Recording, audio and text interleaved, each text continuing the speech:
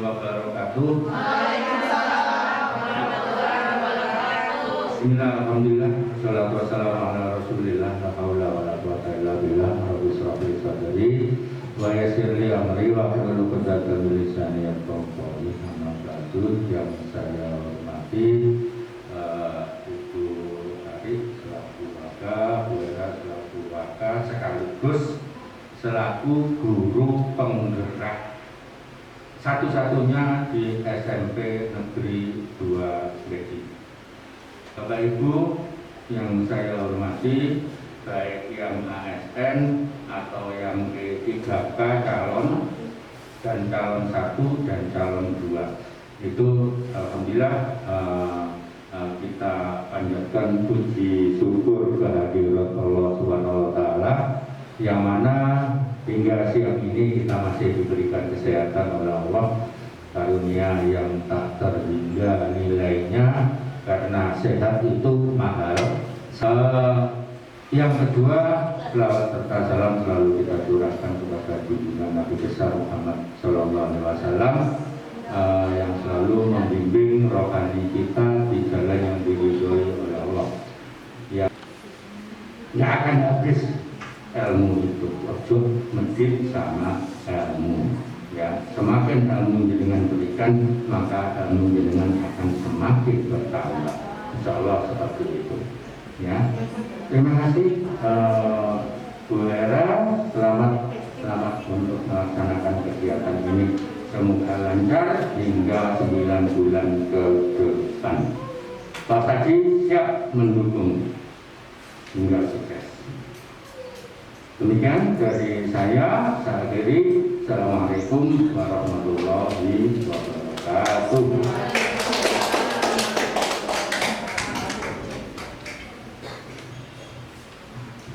Assalamualaikum warahmatullahi wabarakatuh.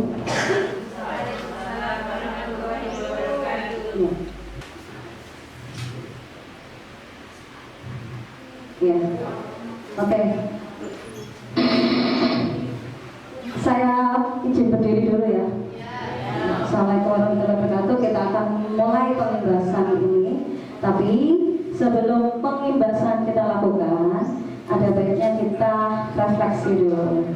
Ya, refleksi bukan refleksi materi, tapi untuk merefleksi diri supaya badan kita, semua anggota tubuh kita itu siap, ready untuk mengikuti pengimbasan. Saya mohon untuk berdiri dulu, semuanya berdiri. Kita lemaskan otot dulu ya, kita ice breaking sebentar.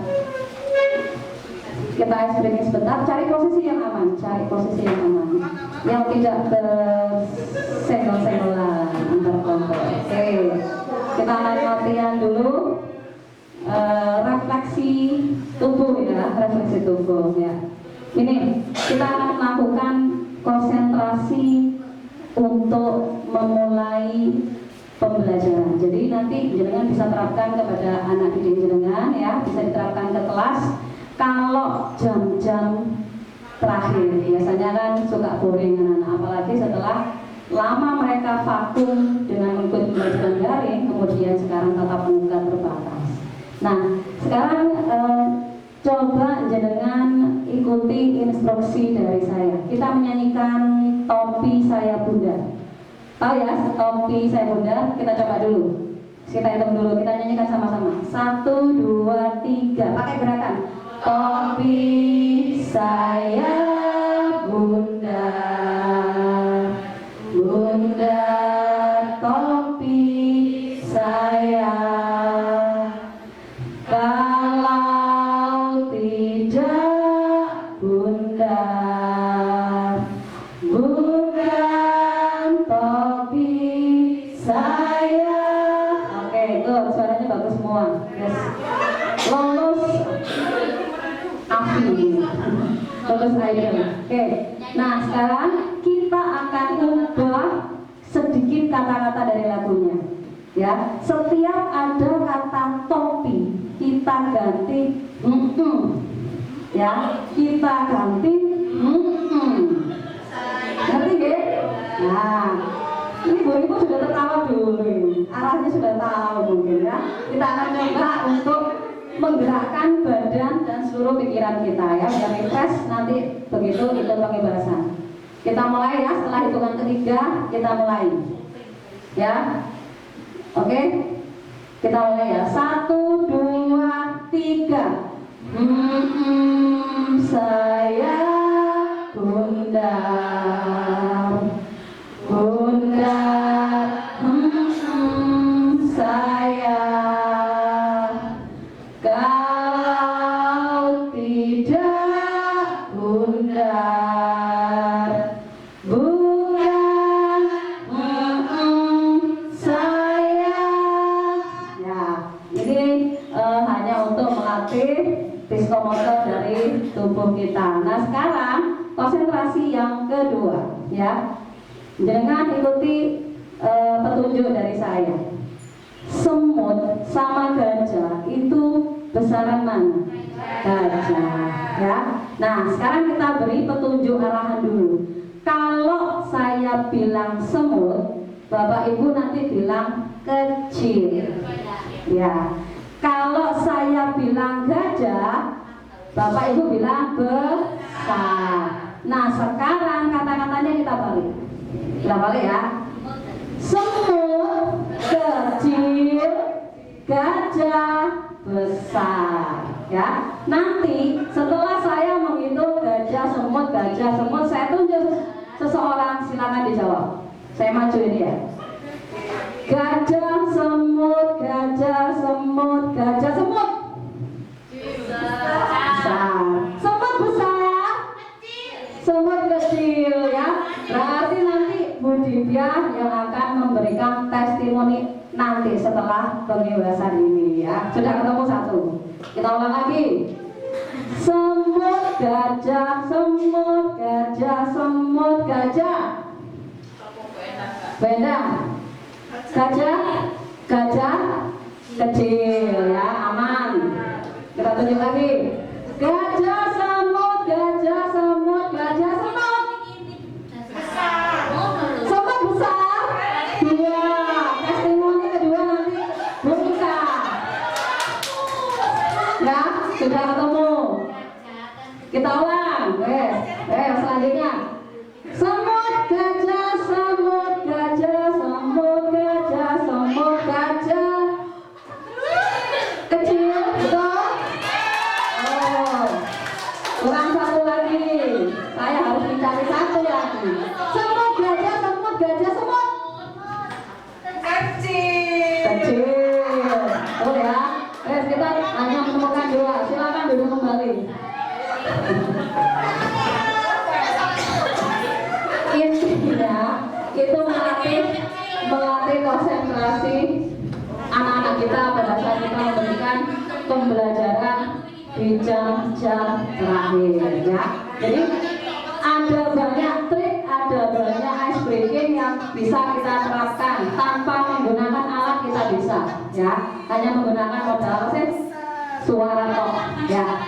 Baik, kita akan mulai penjelasan dengan materi budaya positif. Oke. Ini saya harus maju mundur untuk mengoperasikan laptopnya. Minta tolong Bu Rivo untuk diarahkan biar nanti masukkan di bagian operator. Nggak pakai pointer aja, langsung enter. Ya, ini ya. Pengibasan aksi nyata tentang budaya positif. Jadi kita ini sebentar lagi akan melakukan yang namanya kurikulum 2020 atau disebut dengan prototipe. Nah, di dalam prototipe itu ada budaya positif. Oke. Kurikulum 2020 itu kurikulum tentang kemerdekaan belajar atau biasa disebut dengan merdeka belajar. Oke. Nah, salah satu komponen dari pengembangan budaya positif adalah filosofi dari pendidikan menurut Ki Hajar Dewantara. Inilah yang harusnya akan kita terapkan di kurikulum Merdeka Belajar. Jadi menurut Ki Hajar Dewantara, Yang namanya tujuan pendidikan adalah menuntun segala kodrat anak agar mereka dapat mencapai keselamatan dan kebahagiaan yang setinggi-tingginya, baik sebagai seorang individual maupun sebagai anggota masyarakat. Nah, seharusnya guru di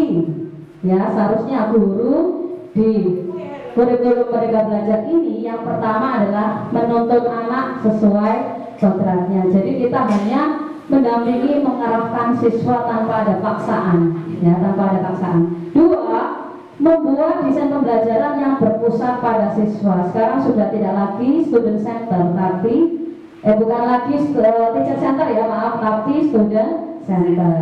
Nah, yang ketiga adalah menerapkan konsep bermain dalam belajar. Nah, kenapa Pak Menteri dan Ki Hajar Dewantara menyarankan ini? Ya, ternyata connect pada saat situasi pandemi atau daring yang selama 3 tahun, ya, hitungannya 3 tahun vakum. Anak-anak kemudian setelah pandemi masuk tatap muka terbatas, itu ada kebosanan dalam diri siswa. Bagaimana setting kita melakukan inovasi di dalam pembelajaran, yaitu dengan menerapkan metode konsep bermain dalam belajar.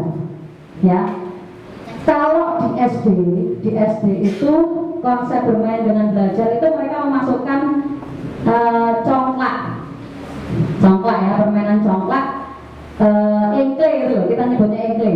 Kemudian ada permainan dakon, ya. Kemudian ada permainan katakanlah bobak sodor dan lain sebagainya. Untuk SMP karena memang tingkatannya sudah lebih tinggi daripada SD yang memang konsepnya kalau di SD memang full bermain dan belajar. Tapi kita kan punya tagihan kurikulum ya di SMP. Jadi gimana kita mengemas konsep bermain belajar itu tapi kurikulum tersampaikan, KD-nya tersampaikan. Bagaimana caranya?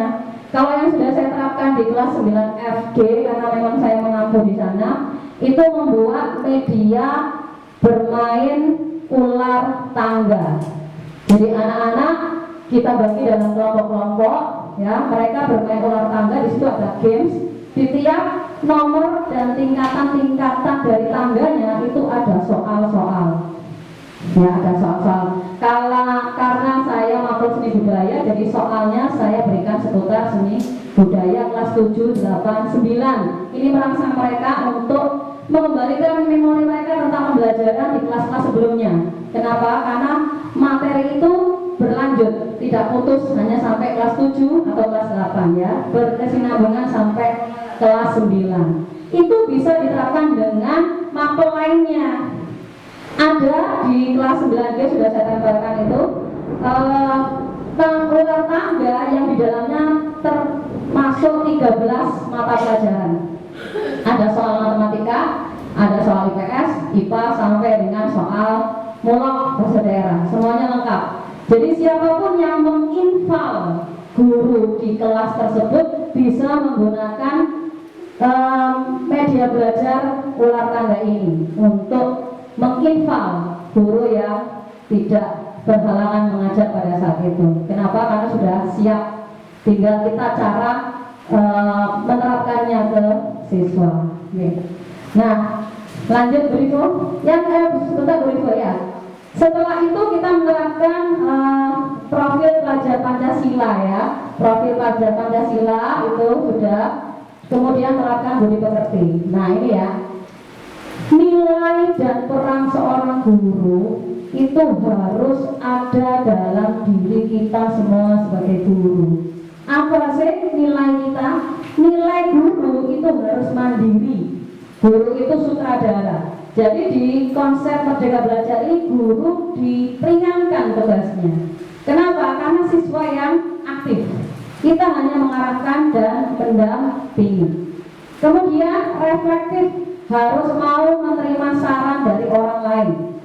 Masukan apapun bisa kita jadikan bahan referensi, siapapun itu ya, bisa kita jadikan referensi. Kemudian inovatif. Nah ini di Merdeka Belajar di kurikulum Proto kita 2020 kita disangatkan untuk melakukan inovasi. kolaborasi antara yang muda-muda dan yang senior ya, kolaborasi. Jadi bagaimana kita mengemas pembelajaran itu supaya tidak membosankan di dalam kelas. Kemudian berpihak pada murid. Ya, semua pembelajarannya harus konsentrasinya pada murid. Kemudian peran guru. Yang pertama harus menjadi pemimpin pembelajaran. Ya, kita itu sebagai pemimpin atau manajer, tapi kita tidak boleh menguasai kelas. Biarkan siswa itu berkembang, biarkan siswa itu melakukan ide-idenya di kelas. Kemudian menggerakkan komunitas praktisi. Yang saya lakukan ini adalah menggerakkan komunitas praktisi dengan cara mengimbaskan. Nah, nanti panjenengan semua bisa mengimbaskan ke guru-guru yang lain. Kemudian mendorong kolaborasi antar guru seperti yang sudah saya sampaikan tadi. Di dalam inovasi kita bisa bentuk tim. Ya, tim. Tim itu bisa kolaborasi. Misalkan serumpun boleh atau kita tidak serumpun, misalkan kita membuat pembelajaran tadi ular tangga ya. Nah, kita bentuk tim 3 orang, di mana 3 orang tadi berperan dalam ular tangga tadi. Materi-materi 3 level digabung menjadi 1. Nah, itu namanya kolaborasi. 5. Mewujudkan kepemimpinan murid. Nantinya murid itu dituntut untuk pinter, istilahnya presentasi, mengkomunikasikan di depan kelas. Ini PR kita. Kenapa? Karena selama ini siswa kan kurang berani untuk mengkomunikasikan apa yang mereka inginkan. Oke, Mbak Prisca atau sudah Mbak? Lanjut untuk yang, nah ini visi guru.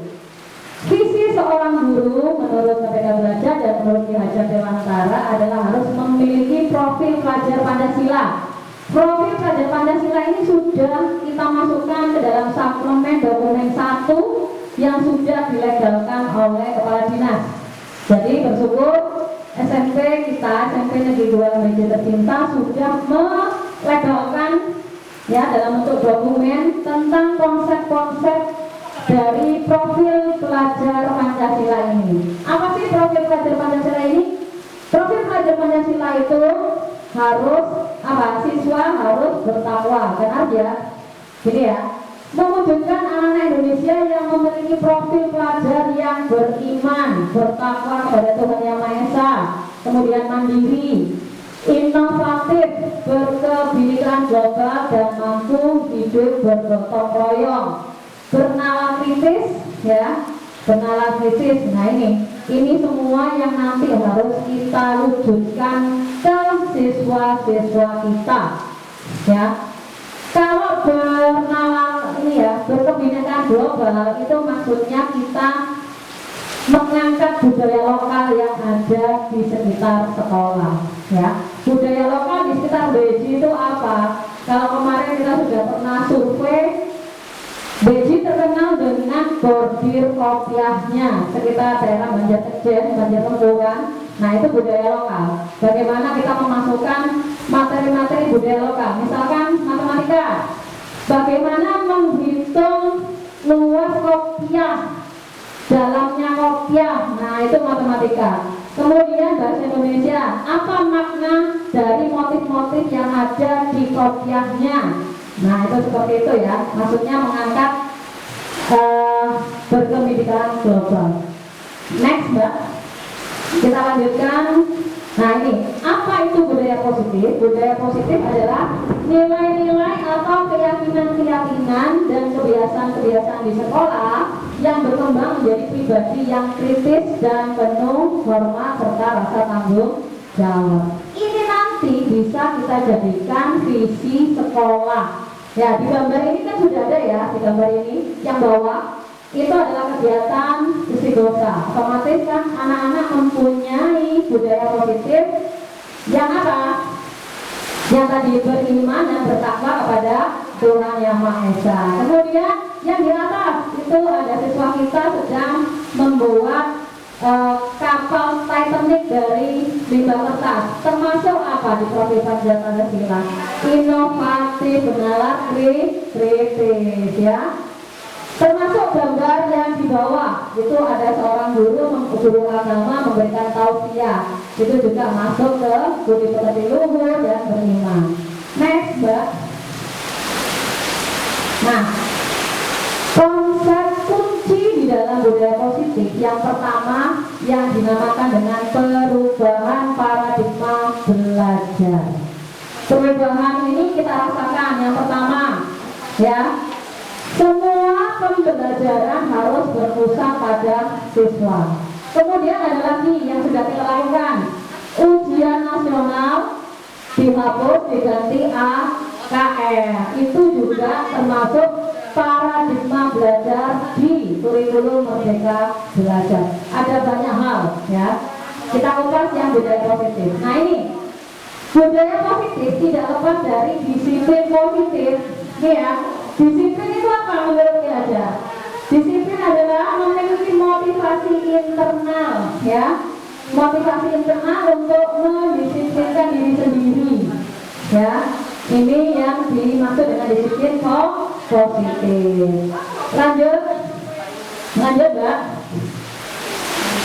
Nih ya, konsep yang ketiga, kita harus paham motivasi perilaku manusia termasuk kita. Siswa juga bisa melakukan hal ini, sama ya, karena semua manusia pada dasarnya bisa melakukan ini. Yang pertama, motivasi perilaku manusia pertama adalah menghindari hukuman atau ketidaknyamanan. Biasanya siswa itu bisa berbohong untuk menghindari hukuman, ya. Mereka bisa berbohong, kadang-kadang mereka bisa berbohong, ya. Nah yang kedua, ada motivasi perilaku manusia melakukan sesuatu hanya untuk mendapatkan imbalan atau penghargaan. Ada nggak murid kita yang seperti ini? Banyak ya? Banyak. Kalau dipuji gurunya tok dia bersikap baik. Kalau gurunya nggak ada, kembali lagi, ya. Kita lanjutkan motivasi yang berikutnya. Next. Nah ini, untuk menjadi orang yang mereka inginkan dan menghargai diri sendiri dengan nilai-nilai yang mereka percayai, ya. Nah ini, yang inilah motivasi perilaku manusia yang harusnya kita lakukan. Yang ketiga ini, ya. Next, lanjut. Konsep yang keempat, semua manusia mempunyai kebutuhan dasar termasuk siswa. Mengapa siswa kita sering melakukan pelanggaran-pelanggaran itulah karena mereka tidak terpenuhi kebutuhan dasarnya, ya. Termasuk kita juga. Kebutuhan dasar apa itu? Yang pertama adalah cinta, kasih, sayang. Ini bagi mereka siswa-siswa yang memang ada bermasalah di lingkungan keluarganya, biasanya di sekolah, lebih ingin menunjukkan ini loh saya, ya, ingin meminta perhatian. Berarti siswa itu membutuhkan kebutuhan dasar cinta dan kasih sayang. Yang kedua, penguasaan. Kira-kira ada nggak siswa yang menguasai kelas dan bertindak seenaknya? Ada. Berarti dia kebutuhan penguasaannya itu lebih menonjol, keakuannya menonjol, ya, arogansinya menonjol. Yang selanjutnya, next. Nah ini ya, kebebasan. Kebebasan ini kebutuhan siswa untuk melakukan katakanlah kemandirian. Mereka butuh kebebasan, ya. Ada siswa kita sebetulnya cerdas, tapi egonya tinggi. Mereka tidak ingin menerima saran orang lain dan sibuk dengan dirinya sendiri, tapi cerdas. Ada yang seperti ini. Kemudian yang keempat, mereka butuh kesenangan. Ingat, siswa SMP itu juga masih dalam kategori anak-anak. Mereka butuh privasi untuk bermain dengan seusia mereka, ya.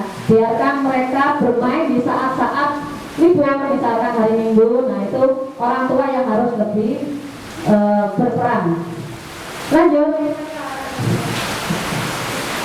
Konsep kunci yang kelima adalah posisi kontrol guru. Nah ini dahulu kala sebelum saya mendapatkan materi guru penggerak, saya sering jadi seorang guru yang penghukum. Dengan iya apa enggak? Jujur. Iya. Penghukum dalam artian gini, ada siswa tidak mengerjakan tugas, ya. Kita pernah menghukum dia, kamu nulis saya tidak akan mengulangi lagi 100 nomor. Iya enggak? Nah, jujur, karena saya pernah melakukannya. Itu sekarang tidak boleh lagi. Kenapa? Karena tidak relevan, tidak sesuai. Saya pernah melakukan itu. Sering dulu saya di kelas 7 sampai kelas 9. Nah, sekarang baru saya sadar kalau itu tidak boleh, ya. Nah, yang kedua, kadang posisi kita sebagai guru ada di nomor 2, membuat orang merasa bersalah. Kadang-kadang kita suka mengucapkan, ibu sangat kecewa sama kamu, kenapa kamu melakukan kesalahan itu. Sering itu kita lakukan, ya. Ini juga harus dihilangkan, jangan dilakukan lagi. Lanjutnya, posisi selanjutnya, next, sebagai teman. Nah, ini yang sering kita lakukan, ya. Sering kan kita melakukan ini? Seorang guru bisa berposisi menjadi teman asal ada batasan-batasan atau rambu-rambunya.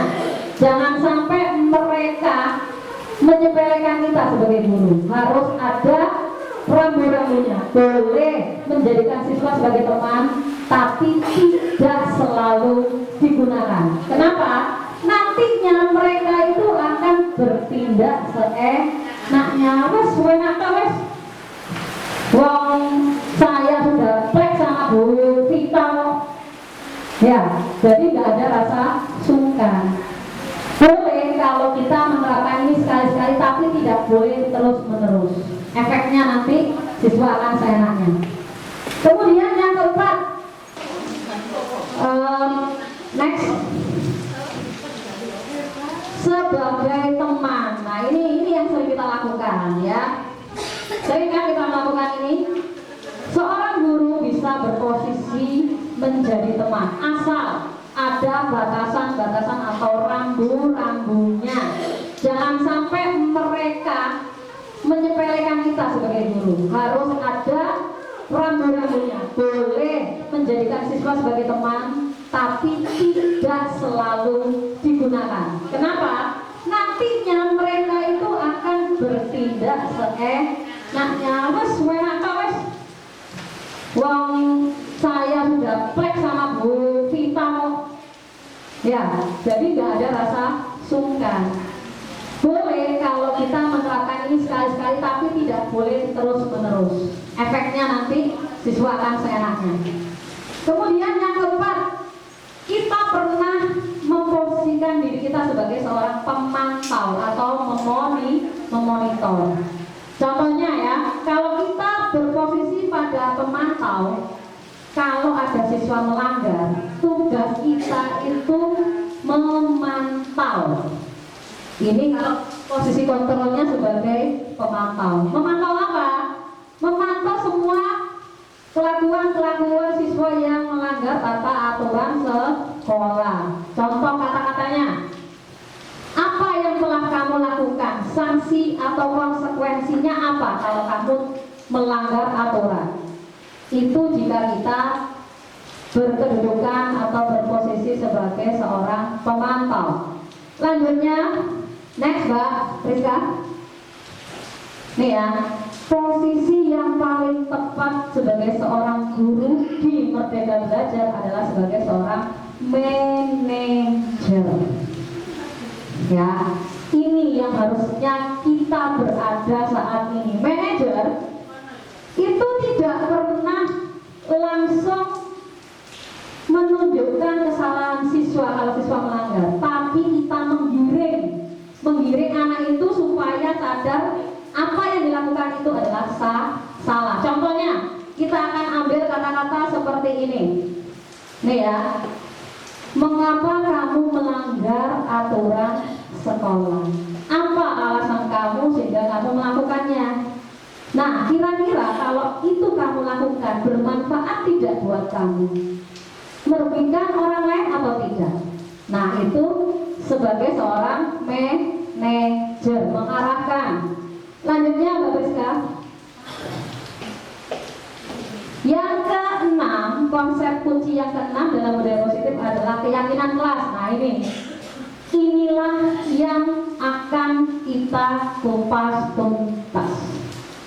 Keyakinan kelas. Artinya, keyakinan adalah prinsip-prinsip universal atau nilai-nilai kebajikan yang dapat diterapkan pada diri siswa. Seorang murid atau kita kalau mendengar peraturan kesannya itu agak serem. Tapi kalau diganti kata-katanya dengan keyakinan kelas, itu justru siswa akan merasa bahwa itu sudah kesepakatannya mereka, sudah keyakinannya mereka. Mau melanggar, wong aturan itu aturan sekolah, ya, jadi lebih abstrak. Kemudian keyakinan kelas ini pernyataannya umum atau universal berdasarkan keinginan di kelas itu. Ya, jadi lain kelas, lain pula keyakinan kelasnya, dan itu diposterkan, sudah ditulis, ya, diposterkan itu maksudnya ditulis di karton, kemudian ditempelkan di meja. Setiap saat mereka harus mengingat itu. Jadi pada saat ada yang melanggar, kita kembalikan lagi ke dokumen keyakinan kelas, biar mereka kembali untuk ke posisinya sebagai anak yang katakanlah mengikuti aturan-aturan yang ada di keyakinan kelas. Nah, ini kemudian keyakinan kelas itu enggak usah banyak-banyak, biar siswa itu hafal. Maksimal 6 lah gitu ya, maksimal 6. Kemudian, nah ini keyakinan kelas yang dibuat sepantasnya diterapkan di lingkungan itu, ya, di lingkungan kelas itu, ya. Kemudian semua warga kelas harus berkontribusi untuk membuat keyakinan kelas. Semua anak itu membuat, ganjil sendiri, genap sendiri, tempelkan di meja. Jadi kalau ada yang melanggar keyakinan itu, konsekuensinya ya harus dikembalikan ke kelas. Apa konsekuensinya?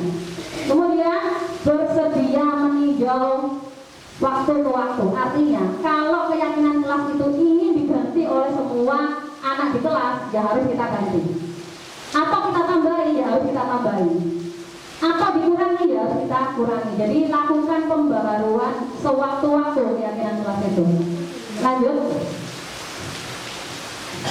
Nah, ini sekarang saya ingin bertanya kepada panjenengan, yang manakah yang dinamakan keyakinan kelas, A atau B? Kira-kira di gambar ini manakah yang merupakan keyakinan kelas, A atau B? Ada yang A, yang B, yang B. Yang B siapa yang B? Yang B. Oke, Bu Divya yang B. Alasannya apa, Bu Divya? Boleh maskernya dibuka, tidak apa-apa. Kalau ngomong bisa dibuka, biar semuanya mendengar.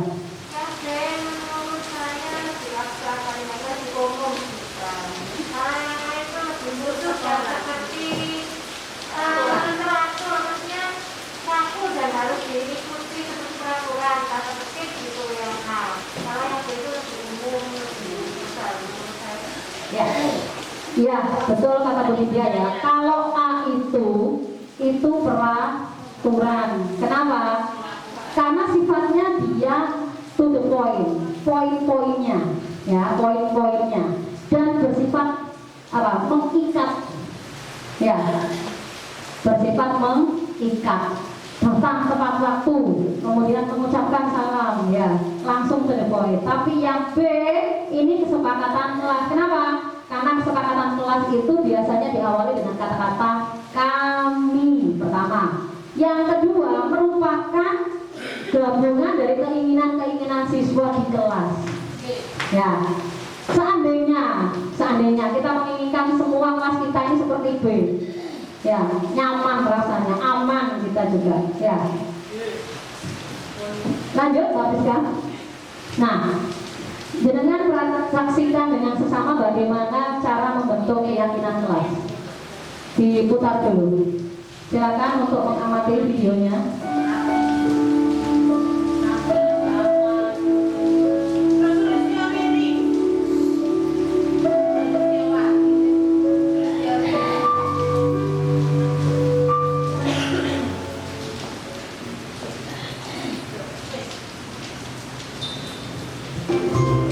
Silakan dianalisis, ya.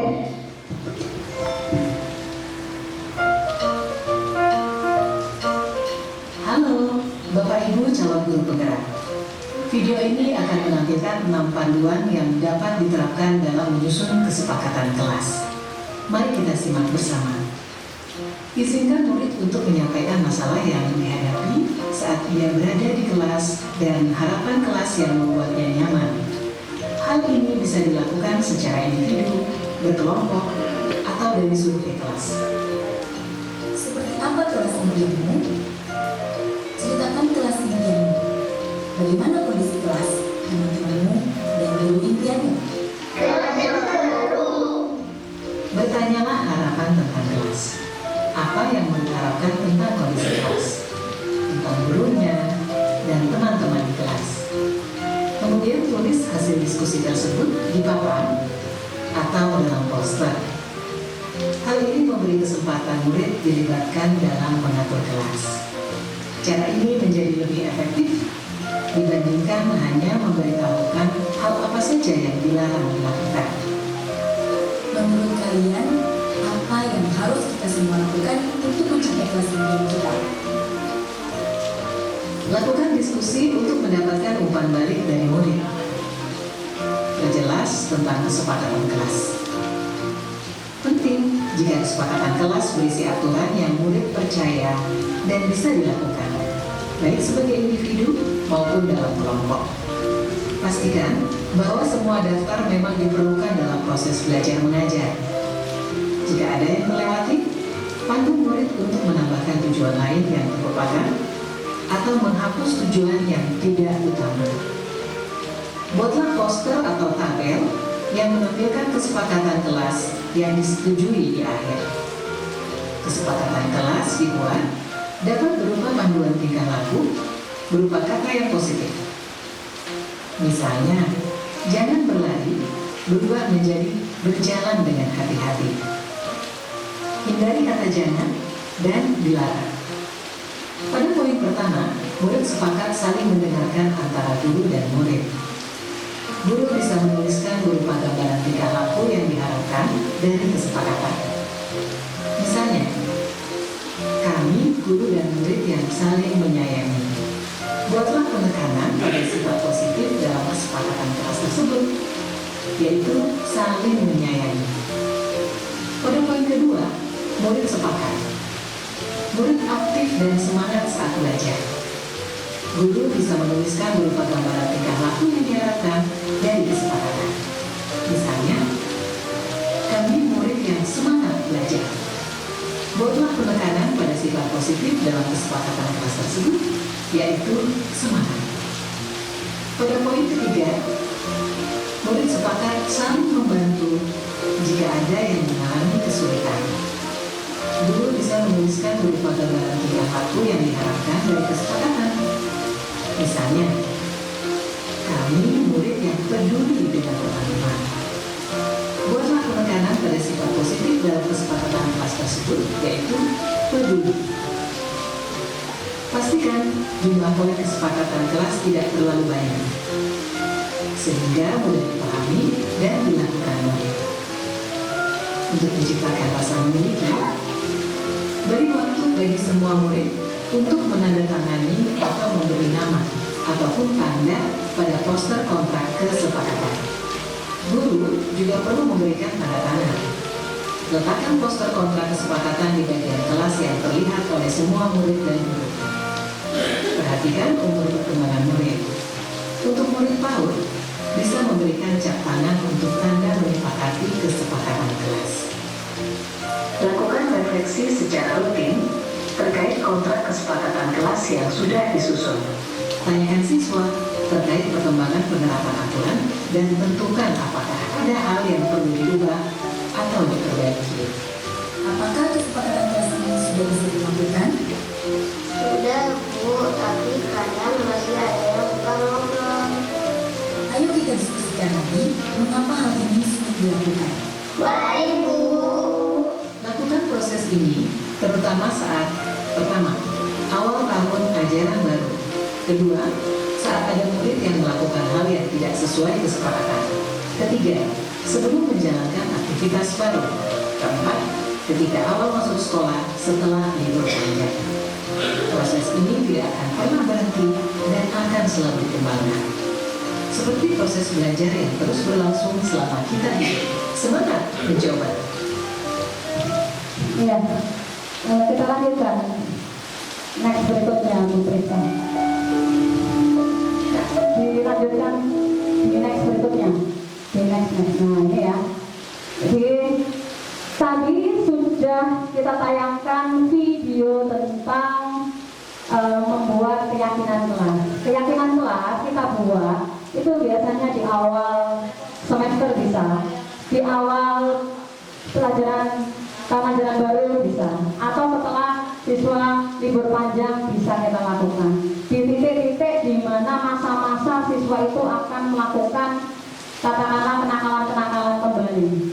Kita harus membuat keyakinan kelas atau kesepakatan kelas. Nah, jika ada siswa yang melakukan pelanggaran pada keyakinan kelas tadi, jangan langsung kita hukum, tidak boleh. Tapi harus kita lakukan namanya pendekatan atau restitusi. Nanti seluruh Kabupaten Pasuruan bahkan seluruh Indonesia akan menerapkan yang namanya budaya positif. Kenapa? Karena ini sudah masuk di prototipe kurikulum 2022. Jadi mau tidak mau kita harus melaksanakan kurikulum tersebut. Ya, pelan-pelan, tidak bisa secepat instan. Jadi memang harus bertahap. Nah, jika ada siswa yang melakukan pelanggaran di keyakinan kelas, kita lakukan yang namanya restitusi. Restitusi itu apa? Restitusi itu proses menciptakan kondisi bagi siswa untuk memperbaiki kesalahan mereka sendiri. Biarkan mereka mengatasi masalahnya sendiri. Apa bisa? Bisa. Karena kita bertindak sebagai manajer, kita arahkan dia untuk bisa melakukan permasalahannya sendiri, bisa mengatasi masalahnya sendiri. Ciri-ciri restitusi yang baik adalah satu, bukan untuk menebus kesalahan, tapi belajar dari kesalahan. Kita ingatkan semua manusia berpotensi untuk melakukan salah, termasuk kita sebagai guru. Yang kedua, bagaimana siswa dapat memperbaiki hubungan mereka dengan temannya, juga dengan gurunya. Yang ketiga, di restitusi kita menawarkan solusi, bukan paksaan. Yang keempat, restitusi itu menuntun anak untuk melihat dirinya sendiri. Kemudian kelima, restitusi itu mencari kira-kira anak ini melakukan pelanggaran keyakinan kelas itu karena ada dari kebutuhan dasarnya yang tidak terpenuhi. Ya, kemudian ini restitusi adalah cara yang paling baik untuk memperbaiki diri. Restitusi bukan pada tindakannya yang utama, tapi karakter yang kita tanamkan. Ingat, akhir-akhir ini siswa kita mengalami yang namanya kemunduran karakter. Ya, banyak perilaku-perilaku yang terkadang itu menyimpang aturan sekolah.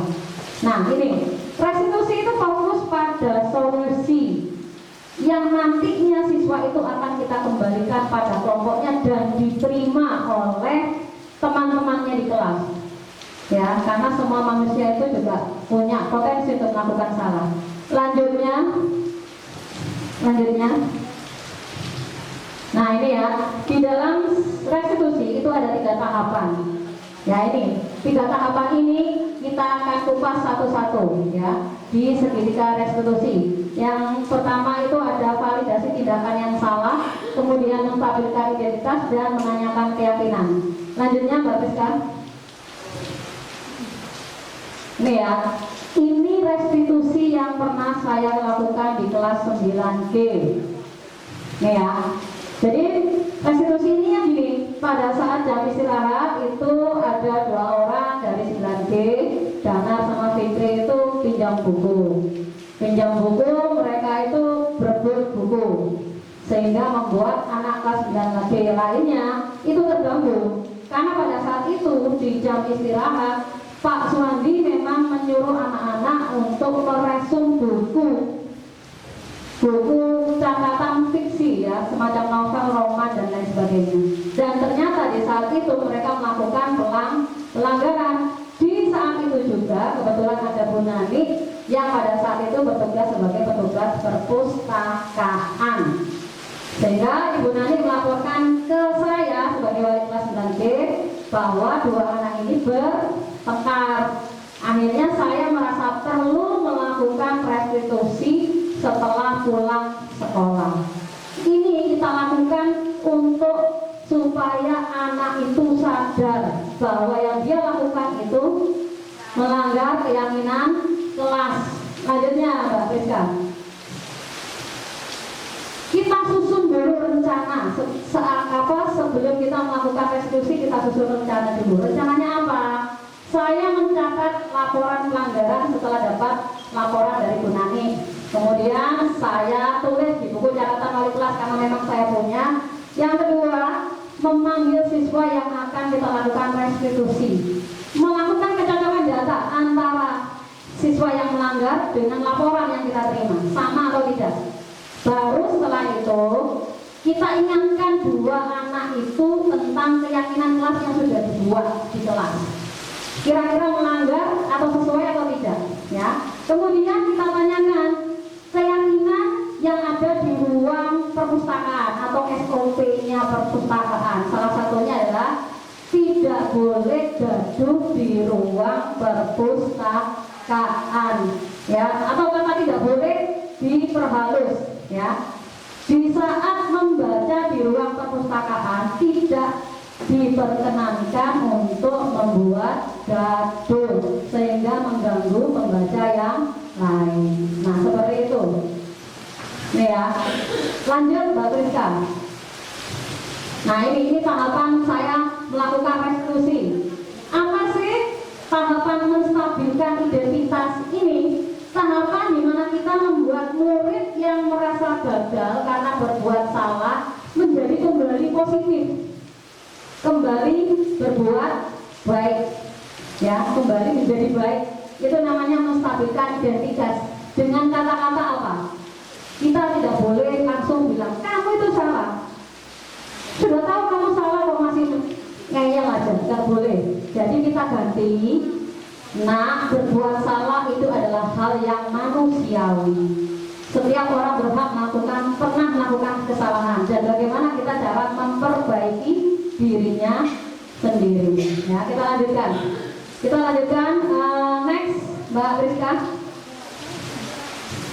Nih, kita mencocokkan apa yang dilakukan siswa. Pelanggaran apa yang sudah dilakukan siswa? Namanya validasi tindakan yang salah. Ya, kita cocokkan. Nah, apakah kamu tadi buat gaduh di perpustakaan? Ya, ini. Kemudian guru akan mengatakan apa kira-kira keuntungan kalau kamu melakukan kegaduhan di perpustakaan. Nanti pasti siswa akan menjawab tidak ada untungnya, Bu. Kenapa tidak ada untungnya? Ya karena pembaca yang lain merasa terganggu. Nah, itu kan mereka sudah tahu solusinya. Nah, kalau gitu gimana kalau kamu di ruang perpustakaan, bagaimana cara kamu bersikap? Harus apa? Tidak membuat gaduh. Ciptakan kondisi perpus itu hening. Ya, kenapa? Karena pembaca itu butuh konsentrasi. Ya, ini validasi tindakan yang salah. Selanjutnya, penanganan selanjutnya adalah menanyakan keyakinan operator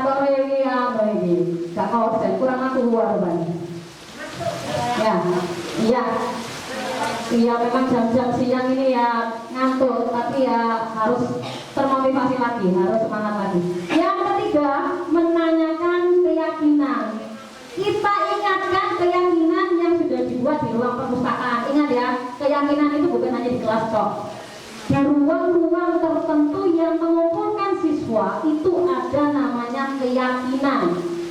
Dulu itu SOP. Misalkan waktu pelajaran TIK, siswa dimasukkan ke dalam ruang lab komputer. Buatlah keyakinan ruang komputer, ya, dengan kata-kata menghindari apa tadi? Dilarang, jangan. Lebih lembutkan kata-kata itu menjadi abstrak, tuh ya. Nah, kita tanyakan, mereka sudah tahu keyakinan yang ada di ruang perpustakaan, sudah dibaca. Kita ingatkan lagi, akhirnya ketemulah solusi untuk mengatasi masalah mereka, dan mereka pun bisa mengembalikan hubungannya dengan cara apa? Meminta maaf.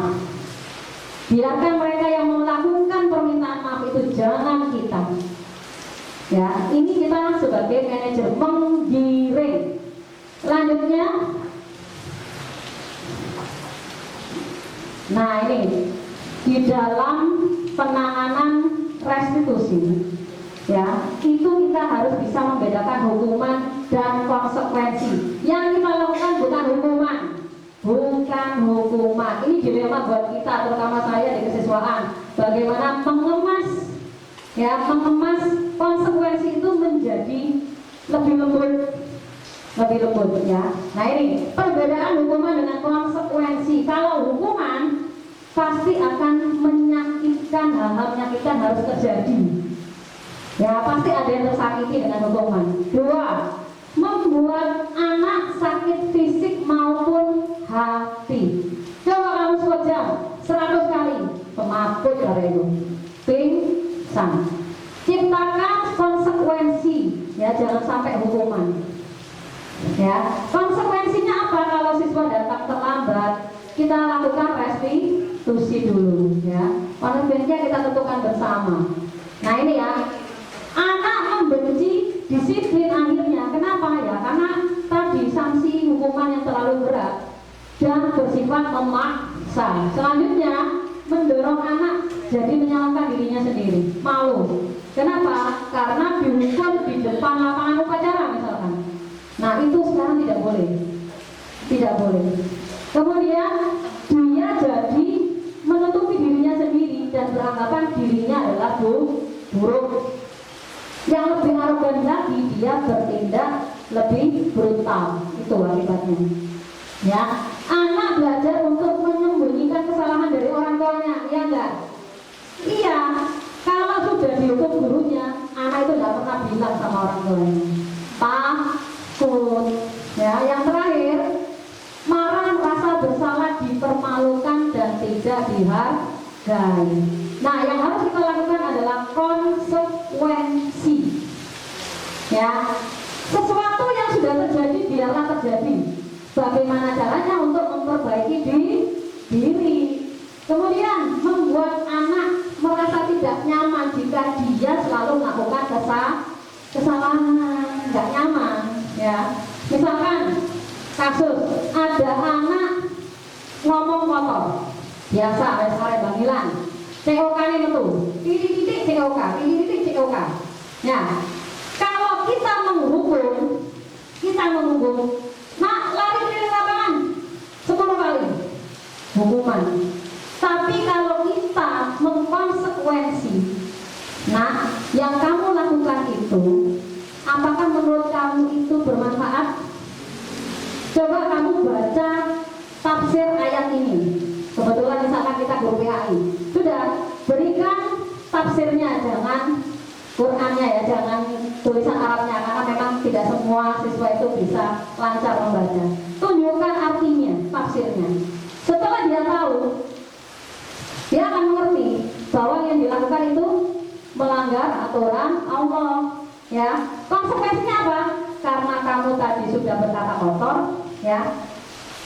Ibu ingin kamu mengucapkan istighfar 100 kali membaca. 100 kali. Hafal istighfar astagfirullah, astagfirullah, astagfirullah.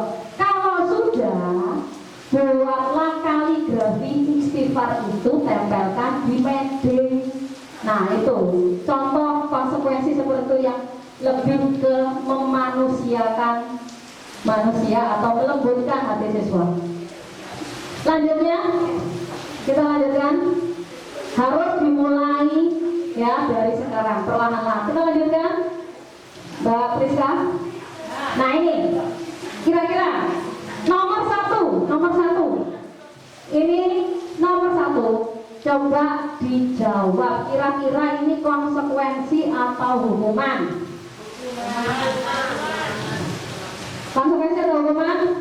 Hukuman. Kita kunci. Oke, nomor satu hukuman. Kolom kedua hukuman, kita kunci. Kolom kedua hukuman. Kolom ketiga hukuman lagi.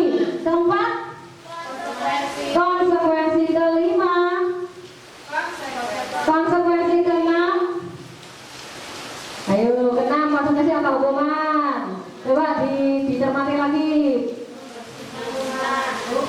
Hukuman. Yang terakhir hukuman. Kita buka jawabannya. Samakah? Sama? Iya, ya. Yang pertama tadi dinamakan hukuman. Yang kedua hukuman. Ketiga hukuman. Nah, yang keempat ini yang lebih kita terapkan ke siswa. Konsekuensi. Bertanggung jawab kan apa yang dilakukan. Kemudian membersihkan tumpukan air, konsekuensi, karena dia sudah menumpahkan air. Jangan kau sudah menumpahkan air, bersihkan kamar mandi. Nah itu keliru, gak pas ya, gak tepat. Kemudian yang selanjutnya hukuman, dan yang terakhir ini konsekuensi karena dia terlambat. Apa konsekuensinya? Mengulangi basket 2 kali. Kenapa? Karena dia juga berlatih psikomotor, kesepakatan yang ada di kelasnya olahraga. Tapi kalau yang nomor 2 terlambat datang ke sekolah, hubungannya apa? Lari basket ini, lapangan basket. Hubungannya apa coba? Kalau tata peraturan sekolah, ya tata peraturan sekolah, misalkan siswa itu datang terlambat, konsekuensinya bukan hukuman, itu tidak boleh menyuruh anak langsung ujuk-ujuk mengelilingi lapangan. Ya, cari konsekuensi yang manusiawi. Yang dilanggar ini kan peraturan sekolah. Ya, bisa membedakan deh. Nah ini yang akan kita lakukan bersama adalah membuat keyakinan kelas. Ya, lembar kerja di meja panjenengan itu sudah ada. Ya, di LK-nya sudah ada, dibaca dulu di HVS. Lembar kerja pertama, buatlah keyakinan kelas yang Anda inginkan di kelas Anda, kemudian ditulis di sticky note yang berbentuk apel. Jadi tiap orang, tiap guru nanti menulis, tempelkan ke buffalo. Lanjut, lembar kerja yang kedua. Nah ini, itu nanti ya, disimpan dulu nanti habis ini. Lembar kerja kedua, amatilah video yang akan kita tayangkan, kemudian analisis dan refleksikanlah kondisi sekolah A dan B tentang budaya positifnya pada karton Manila. Ini lembar kerja yang kedua, silakan diputar, Mbak Priska. Ini nanti di setiap MGP juga akan melakukan hal yang sama, karena seluruh Indonesia akan melakukan hal yang sama. Ya. Halo, Bapak Ibu calon guru penggerak. Video ini akan menampilkan 2 sekolah dengan budaya sekolah yang berbeda. Perhatikan perilaku guru murid di kedua sekolah tersebut. Silakan menonton dan merefleksikannya. Pagi anak-anak, besok sekolah kita akan mengadakan lomba kebersihan. Kita harus jadi juaranya ya. Besok kalian harus membawa semua alat kebersihan. Paham anak-anak? Paham, Bu. Aku dulu yang pegang sapunya. Aku yang pakai.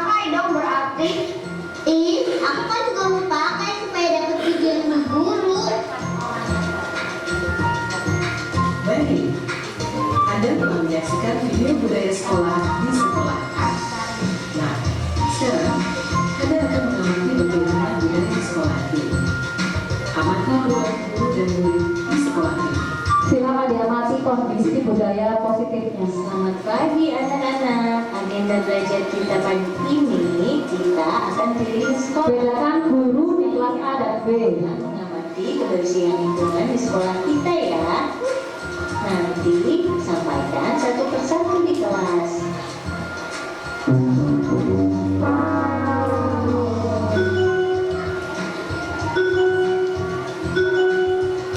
Bagaimana anak-anak? Apa yang kalian temukan di lingkungan sekolah? Ternyata sekolah kita kotor ya Bu, banyak sampah dan berserakan. Bagaimana ya solusinya? Bagaimana bila kita melakukan pada waktu saja? Jangan sampai jalan, buang sampah itu di tong sampah. Oh iya, makasih udah diingatin ya. Anda telah menyaksikan video budaya sekolah A dan B. Bagaimana? Apa yang Anda rasakan dan pikirkan dari kedua video tersebut? Perilaku guru dan murid seperti apa yang Anda tangkap dari kedua budaya sekolah? Mari kita refleksikan di aktivitas berikutnya. Ya, di lomba kerjaan 2 itu, panjenengan disuruh menganalisis kondisi di kelas A dan kelas B. Bagaimana kondisi guru dan siswanya? Silakan ditulis di kertas karton manila. Kemudian lembar kerja yang berikutnya adalah lembar kerja 3. Silakan Bu Priska.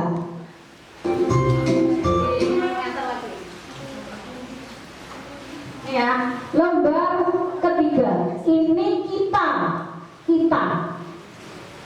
kondisi di sekolah ini itu seperti kita dulu sebelum kita mengenal Merdeka Belajar. Nah, mohon untuk dianalisis kejadian-kejadian yang ada di video ini di lembar kerja ketiga. Kira-kira posisi kontrol guru sebagai apa di video yang ketiga ini? Silakan diputar, Bu Priska.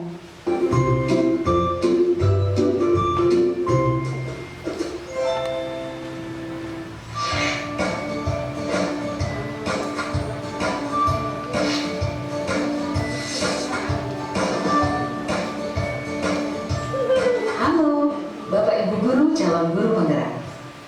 Video ini akan menampilkan 5 adegan interaksi guru dan murid. Silakan menonton dan merefleksikannya.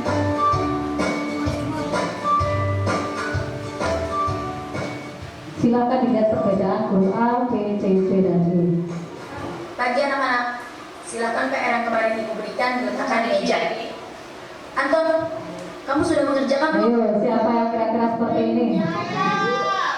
Kamu selalu ya mengerjakan. Sekarang kamu duduk di depan, lalu tulis. Saya berjanji tidak akan mengulangi lagi. Saya berjanji akan berusaha menjadi murid yang rajin belajar sampai pelajaran saya selesai. Sekarang ya. Pagi anak-anak, hari ini ada tugas sih. Ada yang belum mengerjakan? Anton, kamu sudah mengerjakan? Belum Pak. Kamu nggak kerjain tugas ya? Kamu mau jadi apa nanti? Kamu nggak sekolah sih? Coba bayangkan orang tuamu betapa kecewanya sama kamu. Kamu itu sudah kelas 5, harusnya bertanggung jawab sama dirimu sendiri. Maaf Bu, saya terlambat. Ya udah, nanti jangan diulangi lagi ya. Kalau kamu Ini posisi guru sebagai apa kira-kira? ya, lain kali Dijawab di LK. tas dulu. Teman. Apa ya?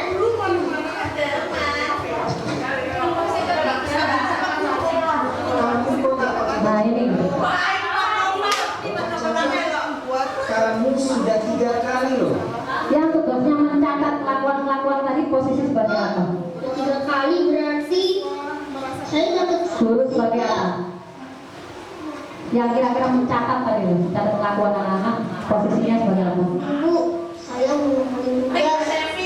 Maaf ya Bu, saya terlambat mengulangi tugas. Kenapa kamu terlambat mengumpulkan tugas? Iya Bu, saya kalau sore bantuin ibu jaga warung, gak sempat kerjain tugas. Kira-kira nih, apa yang bisa kamu perbaiki supaya kamu bisa mengerjakan tugas tepat waktu? Posisi yang memberikan solusi. Kapan biasanya Sebagai kamu apa? ibu jualan? Setiap benar sampai jam 8 malam. Bagaimana kalau kamu membuat jadwal? Kapan kamu akan mengerjakan tugas? Oh gitu ya Bu, saya coba nih Bu, terima kasih Bu. Tadi sekedar mengingatkan posisi kita, kontrol kita sebagai guru yang pertama tadi sebagai penghukum, yang kedua sebagai orang merasa tidak bersalah, pembuat merasa tidak bersalah, yang ketiga sebagai teman, keempat sebagai pemantau atau monitoring, yang kelima sebagai manajer. Nah, tolong itu dimasukkan ke video ini. Guru A itu tadi sebagai apa, guru B sebagai apa, sampai yang ke E. Silakan dikerjakan. Nanti setelah itu kita presentasikan. Monggo silakan dikerjakan. Di situ sudah ada sticky note, ballpoint, dan kertas manila.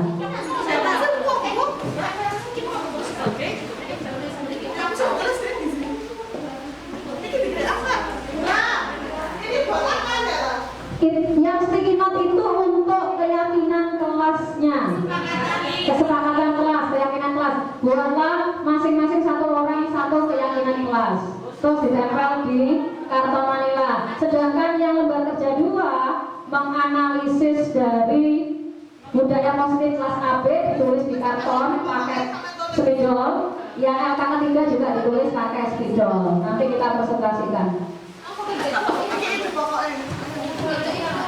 Bisa diputar lagi, minta tolong Pak Subukan diputar video yang kedua.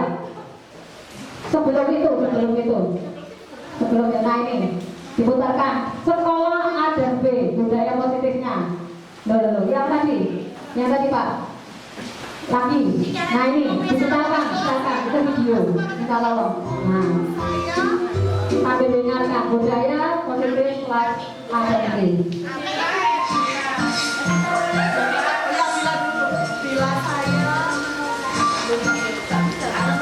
Halo, Bapak Ibu calon guru. Video ini akan menampilkan 2 sekolah dengan 9 sekolah yang berbeda. Perhatikan perilaku dan di 2 sekolah tersebut. Silakan menonton dan merefleksikannya. Pagi anak-anak, besok sekolah kita akan mengadakan lomba kebersihan. Harus cari juaranya ya. Besok kalian harus membawa semua alat kebersihan. Paham anak-anak? Aku dulu yang pegang HP-nya. Aku yang mana itu berarti aku belum pakai sepeda jadi guru. Baik, dari sekolah di sekolah.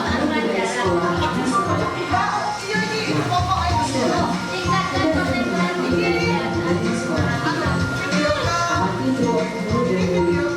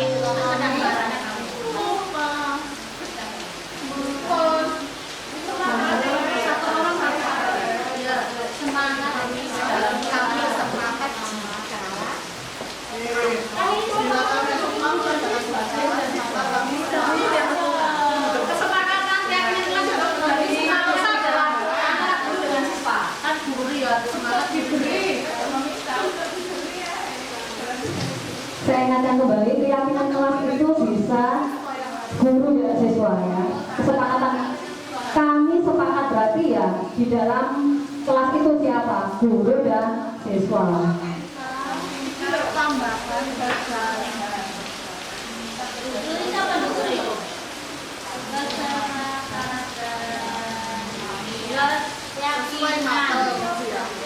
dalam kelas.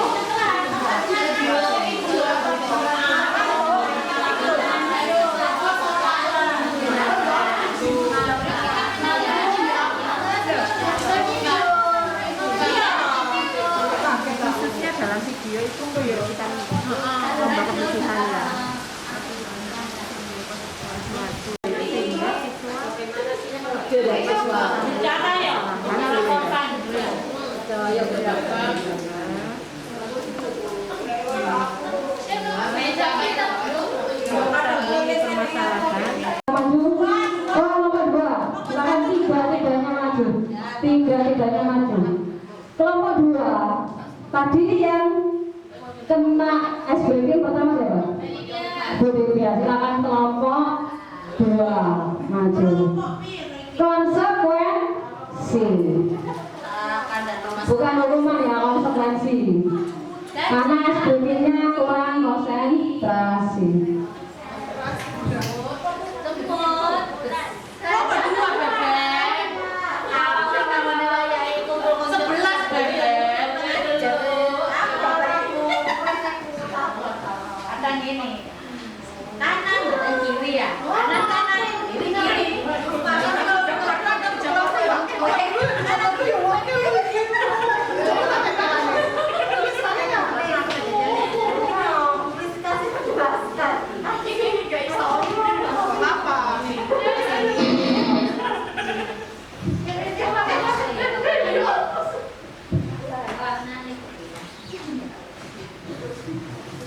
Kurang lumpur. Saya bisa bahasa jam mendengar. Assalamualaikum warahmatullahi wabarakatuh. Kami dari kelompok 2 LK1 kesepakatan kelas impian kami. Kami sebagai murid. Yang pertama, membiasakan tenang dan fokus saat belajar di kelas.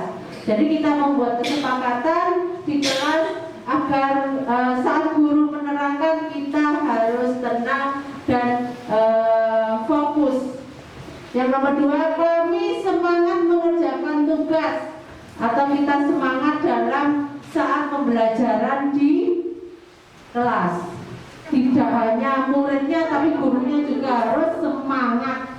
Nomor 3, kami memanfaatkan teknologi dengan bijak. Kalau gurunya mengizinkan kami untuk silakan anak-anak buka Google, baru kita membuka HP. Kalau gurunya tidak mengizinkan, nanti HP saya dirampas anak-anak, dirampas gurunya, jadi HP-nya dimasukkan tas. Nomor 4, kami membiasakan hidup sehat dan bersih. Biasanya kami tetap kalau mau masuk kelas kami cuci tangan dulu. Kalau di kelas itu kalau ada sampah-sampah yang berserakan sebelum waktunya pembelajaran kita sapu dulu biar kita nyaman berada di dalam kelas. Oke, seperti itu. LK1, sekarang LK2. Refleksi budaya positif. Sekolah A guru center, teacher center. Guru lebih banyak memberikan instruksi untuk melakukan sesuatu, khususnya di video membersihkan kelas. Jadi gurunya nyuruh-nyuruh, bersih. Nah, itu gurunya jadi menyuruh-nyuruh. Ya, tepuk tangan anak-anak. Yang nomor 2, sekolah B, student center. Wah, ini muridnya yang menjadi hitungannya yang berperan di dalam kelas. Guru sebagai fasilitator meminta siswa mengamati kondisi kelas sehingga siswa mengetahui permasalahan dan membuat solusinya. Nah, anak-anak coba lihat di sekeliling kalian. Apakah di sekeliling kalian atau di laci-laci meja sudah bersih atau tidak ada sampah-sampah yang berserakan? Bu, masih ada. Bu, masih kotor, Bu. Oke, bagaimana caranya biar kelas kita bersih? Kita sapu dulu ya, Bu. Silakan. Jadi muridnya atau siswanya menyadari bahwa lingkungan di sekitarnya atau di kelasnya itu masih kurang bersih dan agar nyaman, jadi kita sapu dulu seperti itu. Yang ketiga, posisi kontrol guru. Yang tadi kita lihat bersama-sama, guru A, guru itu guru sebagai penghukum. Kakak kayak aku kayak tadi, diberi. Nah, guru yang suka menghukum, siswanya jika salah langsung dihukum. Ayo kamu sekojam, ayo kamu buka baju, tidak usah mau kan gitu biasanya ada. Guru sebelah itu ada. Guru B, guru pembuat merasa bersalah. Nah, itu biasanya kadang saya, loh kok bukumu banyak coretannya? Terus siapa ini? Ya Bu, besok saya mau cek pulang sekolah. Nah, itu guru, maksudnya guru membuat merasa bersalah atau bertanggung jawab pada apa yang sudah dilakukan, seperti itu. Guru C, guru sebagai teman. Nah, itu biasanya Mbak Priska. Biasanya anak itu ceritanya itu ke saya, Bu, saya nonton bersama pacar saya gini. Dan dia itu jadi terbuka sama gurunya. Dan dia akan di kelas akan merasa nyaman dan tidak bosan melihat gurunya, apalagi gurunya cantik. Nah, itu sangat senang sekali anak-anak. Cantik dan endah. Guru D, guru pemantau. Nah, itu sih biasanya mantau ini. Mari kita dorong kerjaannya. Seperti itu. Biasanya guru hanya memantau. Ayo anak-anak cepat lari sana. Apa sih kamu itu gak lari? Nah, biasanya seperti itu ya. Guru E, guru sebagai manajer.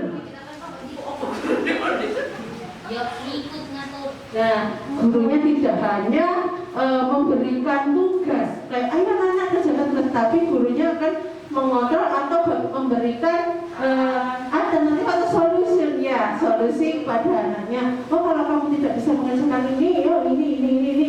Nah, itu maksud saya. Ngerti kan? Ini. Oke, terima kasih. Wassalamualaikum warahmatullahi wabarakatuh.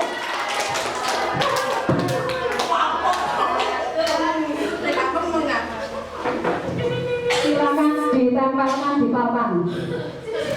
Tempelkan di papan. Nah, letakkan. Bukan itu. Betul, begitu sekali. Ya. Sekarang kelompok yang terkena, ya. Mana beliaunya? Yang terkena ice breaking. Kelompok 2. Kelompok 1. Kelompok 1 yang terkena ice breaking tadi. Silakan dipresentasikan.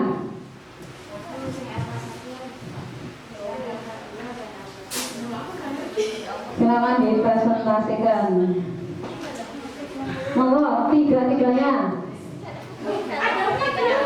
Iya. Silakan maju presentasikan kelompok 1. Jumlahnya lewat jumlahnya. Guru bahasa Indonesia baru. Ayo Mbak Nani. Lanjut guru bahasa Indonesia baru. Koi.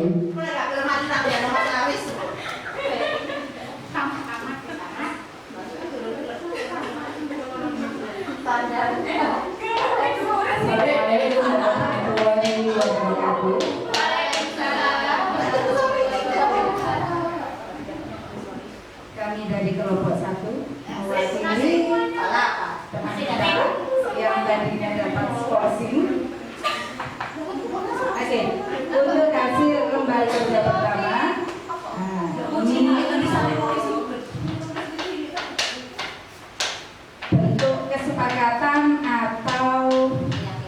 keyakinan kelas agar tercipta atau terwujud kelas impian, kami memberikan atau membuat 4 butir kesepakatan dari masing-masing anggota. Kesepakatan yang kami buat tetap mengacu pada visi guru, yaitu mewujudkan anak-anak Indonesia yang memiliki profil pelajar Pancasila. Di antaranya tetap yaitu yang pertama, guru dan murid sepakat membaca Asmaul Husna yang dilakukan di jam pertama pembelajaran. Mengacu yaitu profil pelajar Pancasila yang beriman dan bertakwa kepada Tuhan Yang Maha Esa.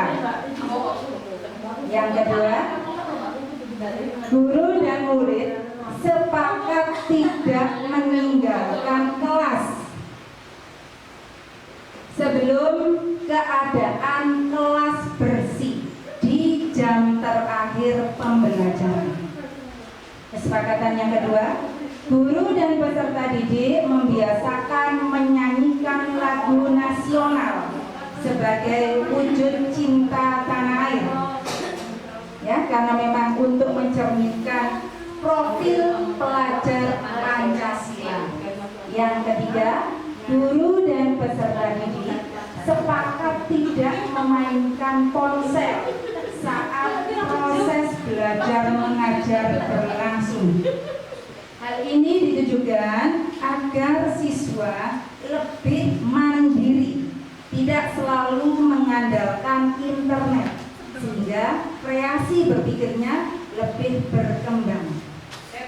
Yang keempat, guru dan peserta didik sepakat untuk mengikuti pembelajaran dengan semangat, mengacu pada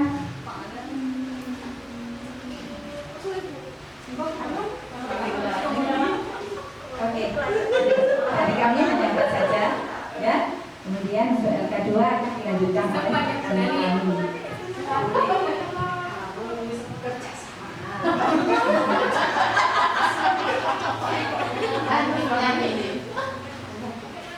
Di lembaga kerja kedua dari kelompok kami, di sini ada 2 sekolah dan guru di sekolah A lebih mengarah pada pembelajaran sebagai teacher centered. Jadi peserta didik kurang terlibat yang nantinya akan menggambar kreativitas dari peserta didik.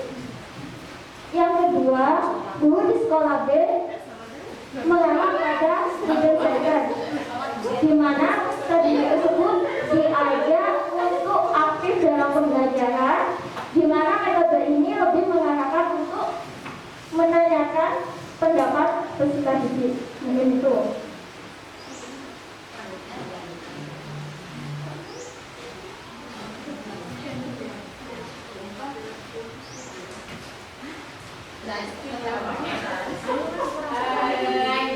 Kita lanjutkan untuk lembar kerja ketiga.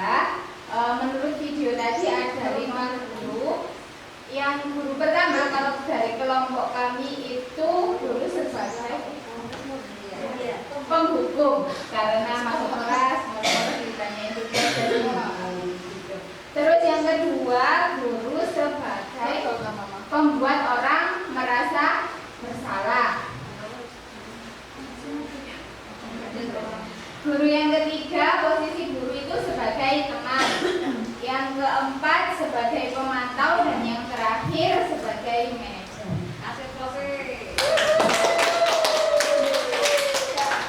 Terima kasih. Ya, kita presentasi cukup 2 kelompok saja ya. Ya, yang lain jawabannya juga hampir sama.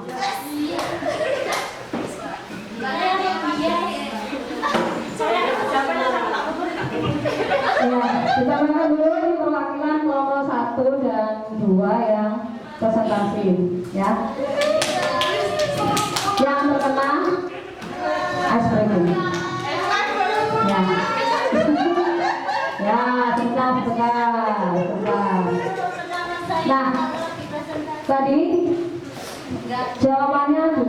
bervariasi dan semuanya itu benar ya, karena setiap kelompok mempunyai kesepakatan kelas masing-masing. Kita tarik kesimpulan di bab terakhir sendiri. Kesimpulan. Nah ini ya, kita tarik benang merah dari budaya positif yang sudah kita lakukan tadi. Kesimpulannya adalah budaya positif yang kita ciptakan di sekolah harus aman, nyaman, dan bermakna, sehingga dapat membantu siswa mewujudkan merdeka belajar yang sesuai dengan filosofi belajar Dewantara yang dimulai dari disiplin diri sendiri yang akan tercipta menjadi disiplin secara keseluruhan di sekolah ya, yang telah disepakati bersama. Aplaus untuk semangat kita semua. Berdiri lagi, silakan berdiri lagi. Kita ulangi hal yang sama. Ya, kita latihan mengkondisikan konsentrasi kembali supaya kita tenang. Silakan berdiri, diundang. Silakan berdiri. Kita melakukan tepuk ya. Kita melakukan tepuk. Tepuk ya. Kita melakukan tepuk. Pahami instruksi yang saya bicarakan ya. Instruksi dari saya dipahami. Kalau saya mengucapkan selamat pagi, silakan tepuk 1 kali. Ya. Kalau saya mengucapkan selamat siang, silakan tepuk 3 kali. Kalau saya mengucapkan selamat sore, silakan tepuk 2 kali. Ya. Terus cluenya tadi ya, kalau saya mengucapkan selain 3 kata itu diam. Ya, kita ulangi, konsentrasi. Konsentrasi. Yang konsentrasi besok dapat privas makan. Kalau sekarang sudah tutup tokonya, warung makannya sudah tutup. Kita alihkan privasnya besok. Lanjut ya, konsentrasi. Selamat siang, selamat sore, selamat malam. Diam.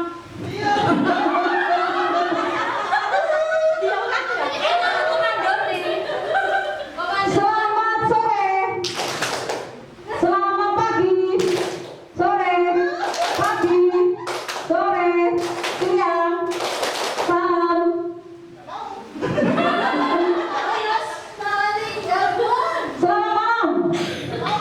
selamat pagi, selamat siang, selamat sore, selamat setengah sore, selamat pagi. Yang ditunjuk, selamat pagi, selamat sore, 4 kali, 3 kali. Sore apa tadi sore? 2. Silakan di depan Bu Selvi. Selamat sore, tepatnya berapa kali? 2. Bu Selvi berapa? 3. Silakan di depan Bu Selvi. Silakan di depan. Baik, kita akhiri acara kegiatan pengimbasan ini dengan bacaan doa yang akan disampaikan oleh Ibu Selvi. Dipimpin oleh Ibu Selvi. Nggak kurung Bu, nggak kurung.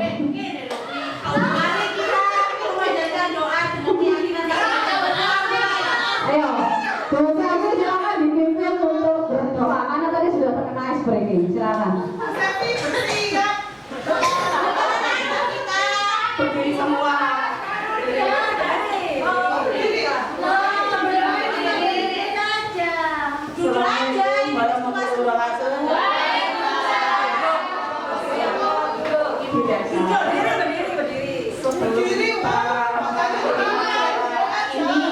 Marilah kita berdoa menurut agama masing-masing. Semoga tetap besok sehat walafiat.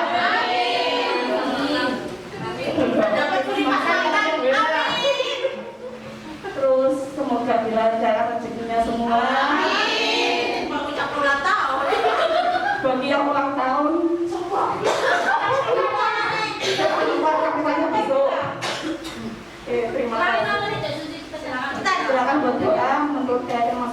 berdoa mulai. Doa selesai.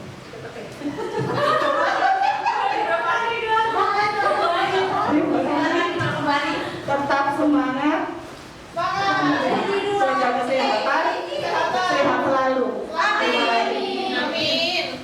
Aplaus untuk kita semua. Kami bosan kita sudah pada penghujung acara.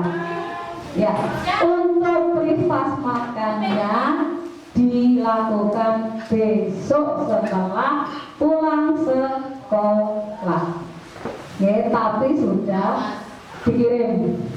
Itu saja. Terima kasih atas kerjasamanya, atas waktu luangnya untuk mengikuti pengibasan ini. Akhirul kalam, wassalamualaikum warahmatullahi wabarakatuh.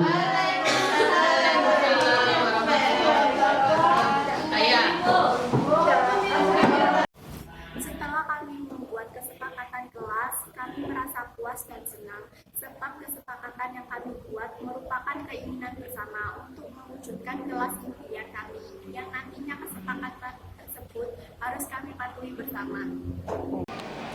Assalamualaikum warahmatullahi wabarakatuh.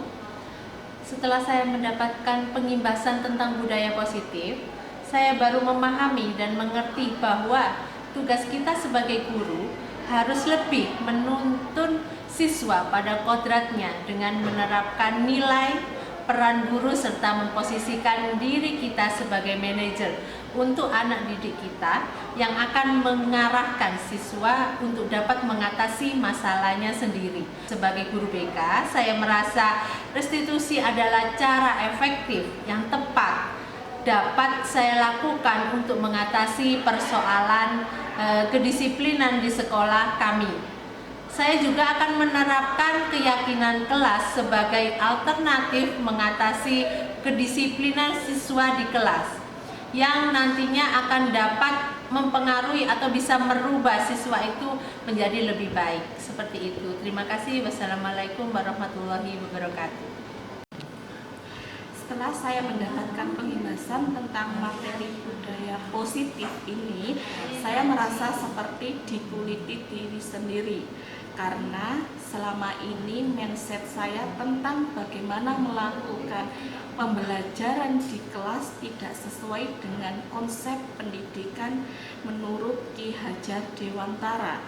Selama ini saya lebih dominan di kelas atau istilahnya pembelajaran yang saya lakukan berpusat pada guru. Dan saya juga lebih sering menjadi guru penghukum dan pemantau saja.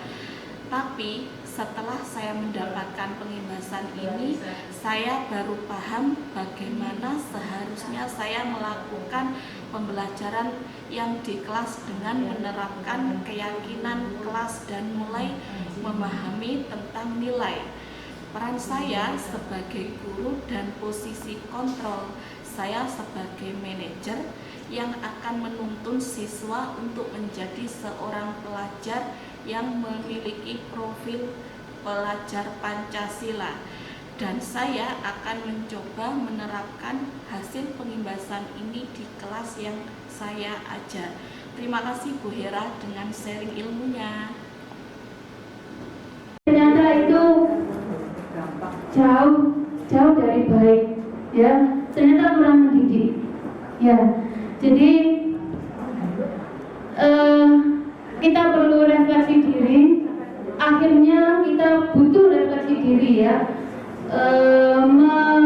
Mengevaluasi diri kita sendiri selama ini bagaimana menjadi seorang guru, menjadi seorang pendidik bagi murid-murid kita. Inilah kurikulum Merdeka Belajar nantinya yang akan diterapkan